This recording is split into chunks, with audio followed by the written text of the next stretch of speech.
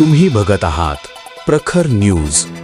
प्रत्येक क्षण, प्रत्येक घडामोड तुमच्या सोबत.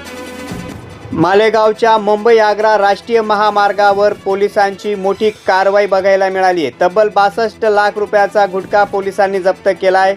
शाही गोल्डन हॉटेल जवळ स्थानिक गुन्हे शाखेच्या पथकानं सापळा रचून गुटख्यानं भरलेला कंटेनर पकडलाय. बाहेरच्या राज्यातून महाराष्ट्रात विक्रीच्या उद्देशानं हा गुटखा आणल्याचा प्राथमिक अंदाज आहे. या कारवाईत 62 लाखाचा गुटखा आणि सुमारे 20 लाख रुपयाच्या किमतीचा कंटेनर असा एकूण 82 लाख रुपयाचा मुद्देमाल पोलिसांनी जप्त केला आहे. पंचनामा करण्यासाठी अन्न व औषध प्रशासन विभागाचे अधिकारी घटनास्थळी उपस्थित होते. वाहन चालकाला पोलिसांनी ताब्यात घेतलं असून हा गुटखा नेमका कुणाचा, कुठून आणला आणि कुठे नेला जात होता याचा पोलीस तपास करीत आहेत. प्रखर न्यूजसाठी भैयासाहेब माळी सटाणा.